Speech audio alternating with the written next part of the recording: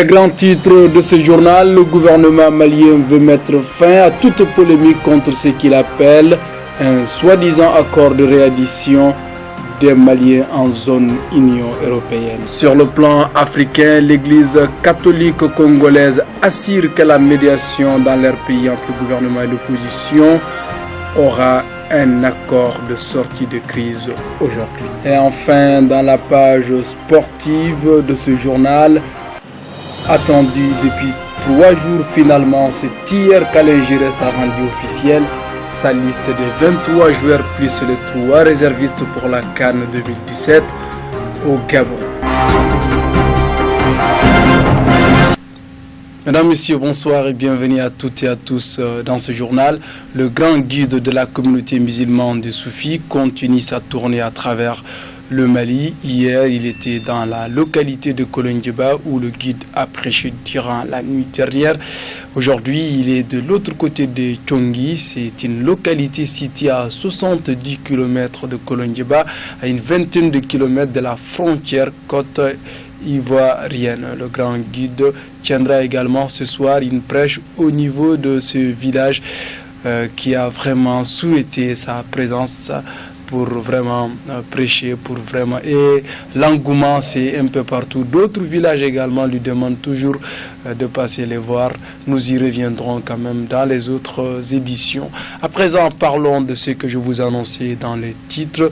Les ministres de la République du Mali, certains ministres de la République du Mali, le ministre des Affaires étrangères, le ministre des Maliens de l'extérieur, le ministre porte-parole du gouvernement et les ambassadeurs des pays membres de l'Union européenne ont tenu une réunion. Au sortir de cette rencontre, Jokel Powell, l'ambassadeur du Royaume des Pays-Bas ou de la Hollande, a parlé par rapport à cet accord dit de reddition qui serait signé entre le gouvernement malien et certains pays européens. Suivons monsieur l'ambassadeur du Royaume des Pays-Bas. Pour un dialogue au nom de l'Union européenne. Là, on a eu le dialogue, on a signé un communiqué qui a inclus les actions à prendre dans tous les domaines. Et il y a eu une confusion sur cet accord, si c'est un accord avec un sens juridique. On a clairement dit que ce n'était pas le cas, c'était le communiqué dans le processus d'un dialogue entre le Mali et l'Union européenne et qu'aujourd'hui on a confirmé qu'on veut continuer le dialogue entre l'Union européenne et le Mali. Toujours sur le même dossier, écoutons cette fois monsieur le ministre des Affaires étrangères, de la coopération internationale et de l'unité africaine, Abdoulaye Diop. Il a également participé à cette réunion. Après l'incident malheureux autour de la prétendue signature d'un accord de réadmission entre l'Union européenne et le Mali qui tendrait à favoriser le retour de nos compatriotes en situation irrégulière en Europe. Et dans ce cadre, nous avons procédé à un échange très ouvert avec tous nos partenaires européens qui sont là. Et des échanges, il est apparu très clairement, en tout cas toutes les parties sont d'accord et il y a une vision partagée de part et d'autre qu'il n'y a pas eu d'accord signé et qu'il y a un communiqué entre les parties, mais à aucun moment, aucune partie autour de cette table ne reconnaît qu'il y a eu un accord signé entre le Mali et l'Union européenne pour le rapatriement ou la réadmission de nos compatriotes. Sur le continent africain, la crise politique est en phase d'être résolue en République démocratique de Congo. C'est quand même ce que soutient les membres de l'Église catholique de ce pays.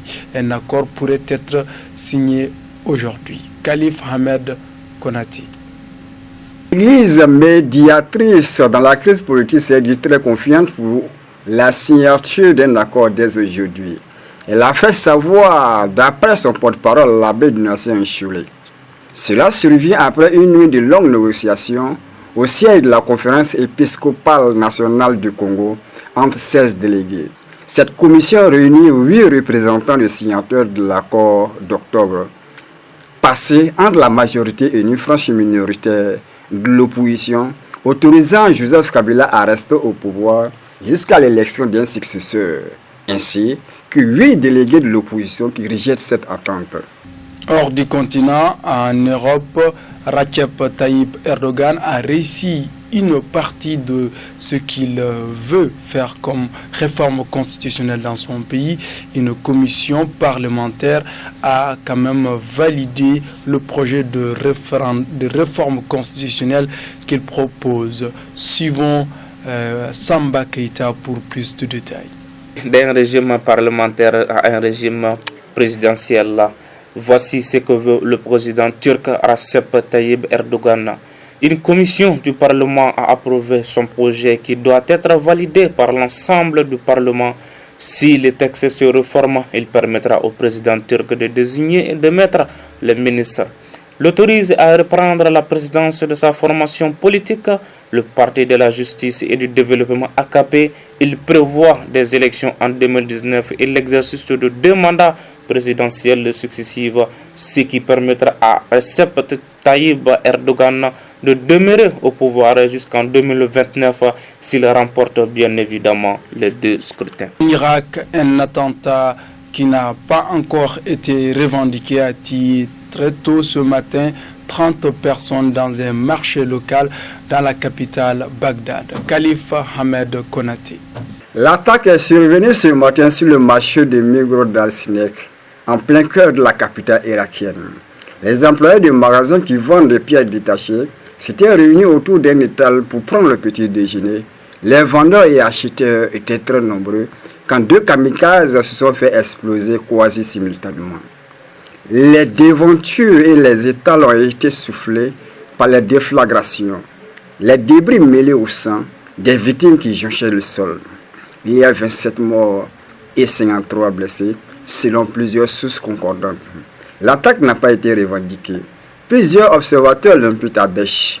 Pour raison, les forces irakiennes et ce groupe terroriste mènent des violents combats dans le nord du pays Mossoul. Sur ces images, vous voyez cette personne qui a l'air d'être une vieille personne. Détrompez-vous, c'est un jeune garçon âgé que de 4 ans. Bayezid Hossein, il vit au sud du Bangladesh et il souffre d'un problème génétique très rare appelé progéria.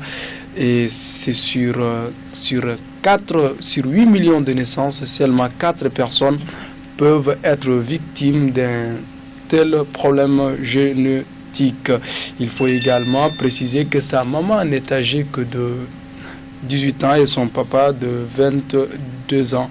Cette déformation naturelle pousse la personne qui a ces problèmes à vieillir plus rapidement que les autres humains normaux. Et c'est ainsi que plusieurs médecins lui donnent une espérance de vie qui ne dépassera pas les 13 pour certains et les 15 ans pour d'autres. Ses parents ont cherché des remèdes auprès de toutes les formes de solutions possibles, mais hélas, ils sont restés sans médicaments. Et également, cet enfant, il ne part pas à l'école parce que son intelligence est largement supérieure par rapport à celle des autres enfants, mais surtout parce que les gens n'aiment même pas s'approcher de lui. À présent, parlons de sport dans ce journal. La liste de 23 joueurs, plus les 3 réservistes qui doivent aller au Gabon pour peut-être tenter de ramener une coupe au Mali est connue depuis hier. Alain Giresse a dressé cette liste et Samba Keita la détaille. La liste de 26 aigles sur lesquels seront choisis les 23 devant participer à la CAN Gabon 2017 est connue. Devant le but, Alain Giresse choisit Soumeila Diakité, Stade malien de Bamako, Djiki Diarra, Stade malien de Bamako, Oumar Sissoko, Orléans, France.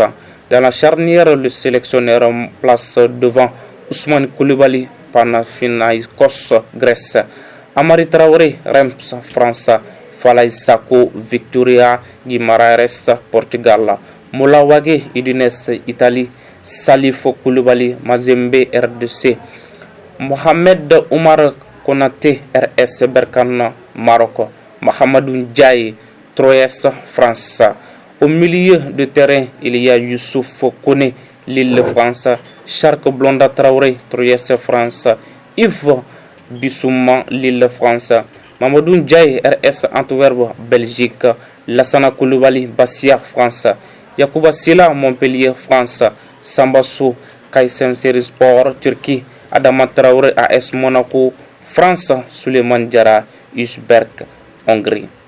Et enfin, pour faire trembler les buts des adversaires, j'y reste choisi Moussa Doumbia, Rostov, Russie, Moussa Marega, Victoria, Guimaraes, Portugal, Khalifa Koulibaly, la Gantoise, Belgique, Mustafa Yatabari, Karabouspor, Turquie, Adama Traoré, TP Mazembe, RDC Congo, Bakary Sakou, Crystal Palace, Angleterre, et l'Aigle d'Or de l'an Sambou Yatabari, Werder Bremen, Allemagne. Avant de refermer ce journal, regardons juste ensemble cette vidéo qui nous vient de la République populaire de Chine dans la localité dénommée tout simplement Dalian, province de Liaoning, et c'est en Chine. Ce monsieur que vous voyez sur ces images vient de sortir d'une banque où il a encaissé beaucoup d'argent. À sa grande surprise, le vent a emporté son argent. Et fait rare et fait qui doit vraiment servir de morale à tout être humain. Vous voyez toutes ces personnes-là qui sont venues l'aider pour ramasser l'argent et il n'a pas perdu un seul billet. Même le petit chien que vous voyez sur l'image a participé à ça. Donc c'est une leçon de morale, mesdames et messieurs, que nous devrons garder. Allez, c'est sûr, c'est là que se referme ce journal, que nous avons eu l'immense plaisir de vous servir. Au revoir.